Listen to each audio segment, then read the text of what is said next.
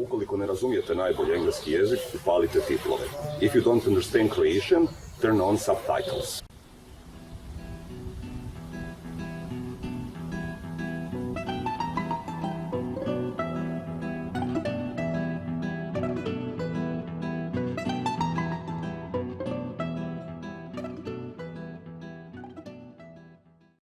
Welcome. We are in Croatia, on island Visovac, on the river Krka, in the national park of the same name.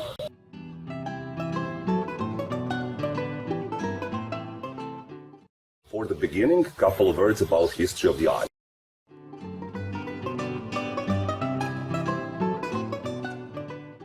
Visovac je u vlasništvu Katoličke crkve i Franjevačkog reda. Prvi su ga nastanili Augustinci u 14. stoljeću. Nakon njih, bježeći pred Turcima iz Bosne, dolaze Franjevci, po prilici iz Kraljeve Sutjeske, i tu se zadržavaju sve do danas.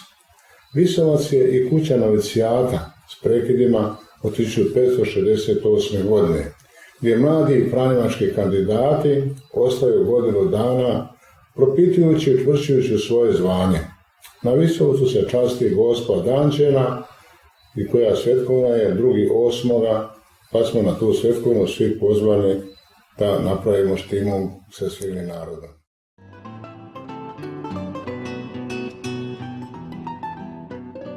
Some of important exhibits in the museum that you can see on island Visovac is a document from Turkish Sultan Mehmed IV, with which he allowed Franciscans to come back on the island. It was in 1672, after 25 years of exile. It's written in Arab letters, language is Ottoman, and it's written from right to left. Also important document for the island is from year 1687, from Pope Innocent XI. Pope says in that document that anyone who comes to this island on the 2nd of August spends some time in special prayers and confession, that all of his or her sins will be forgiven permanently.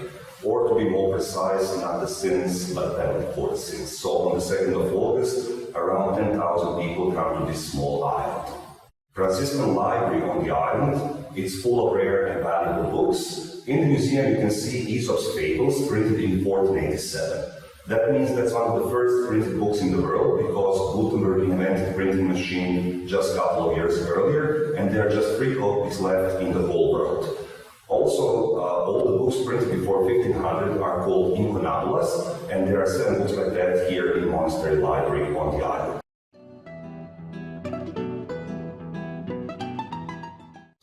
And now we'll visit the church.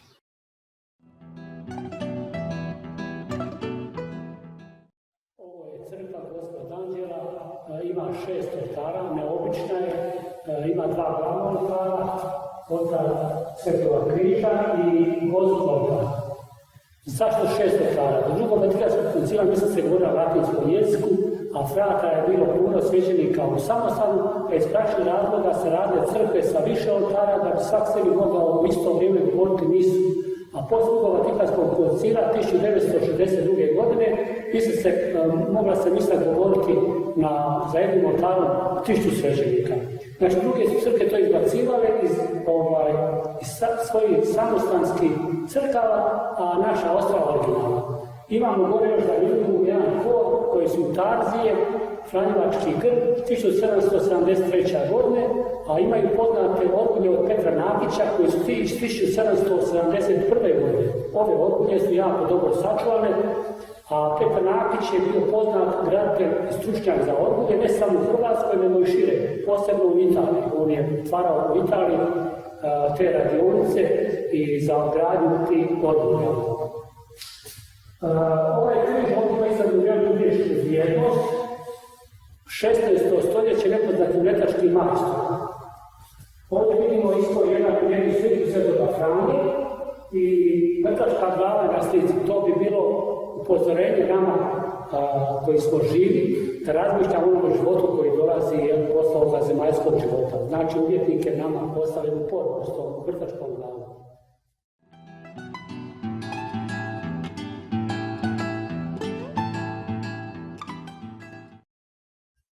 Evo nalazimo se ovdje u koru. Ovdje mi molimo 4 puta na dan. već to tako činimo generacijama i generacijama. Znači imamo ulicu najprije jutarnju, pa službu čitanju, onda na podne imamo srednji čas, onda u 18 sati posle podne imamo večerju, a u 21 sat imamo povečerje. I tako, to je sad možemo kazati stoljećima, tako se moglo ovdje u ovom veku.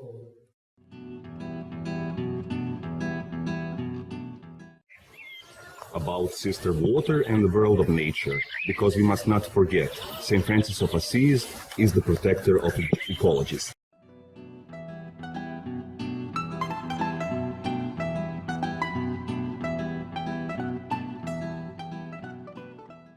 Evo ovdje vidimo jednu gustenu čatliju koja je zanimljiva iz 1755. godine.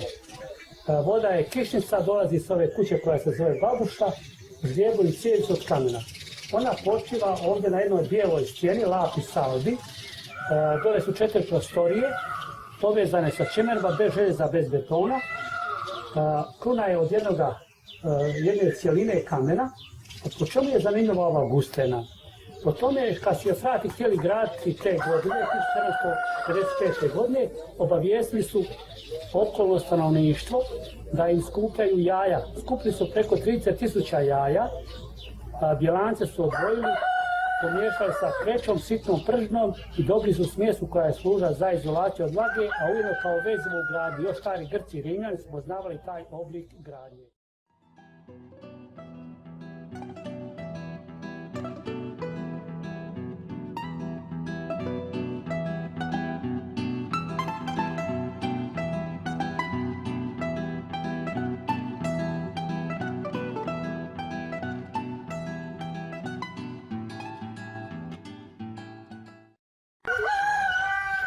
Evo, nalazimo se na Visovcu, ovdje u Visovačkom vrtu. Visovac je dosta bogat sa životinjskim i biljnim svijetom.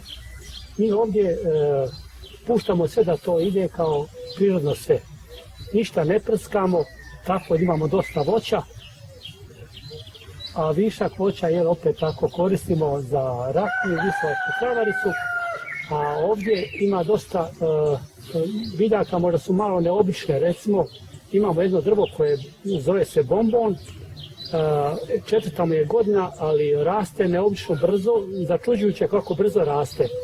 Bombon je dobilo ime zato što je jedan bio Francuz u Indiji, pa kad je probao plodove tog stabla, pa mu se puno svidjeli i onda je počeo govoriti se bon, bombon, i tako je nastalo drvo bombon. Plodovi su mahunasti, jako ukusni i slatki. Imamo ovdje isto dosta jabuka, i divi i pitoni, i imamo jabuku iz Kine, kaki. Ona je jako zdrava i ljekovita, i plodovi, i peteljke, i lišće. Na kineskom lokalnom jeziku kaki znači hrana bogova. Japanci su je uzeli iz Kine, proširili na svoj teritorij i nazvali je nacionalnim voćem. A Evropljani su uzmali iz Japana i širili je po dalje, tako se krivo govore neki kada to je japanska jabuka.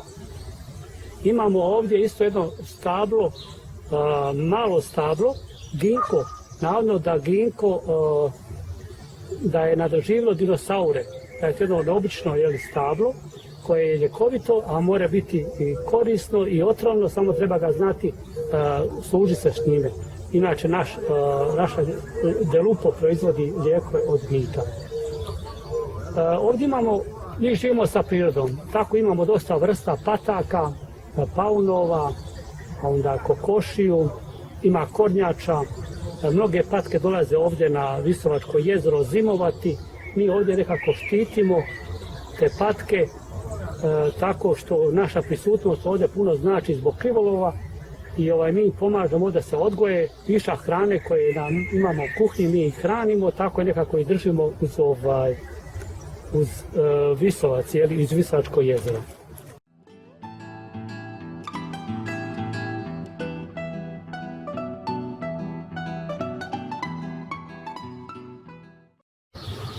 Poetry is always good spice for everything.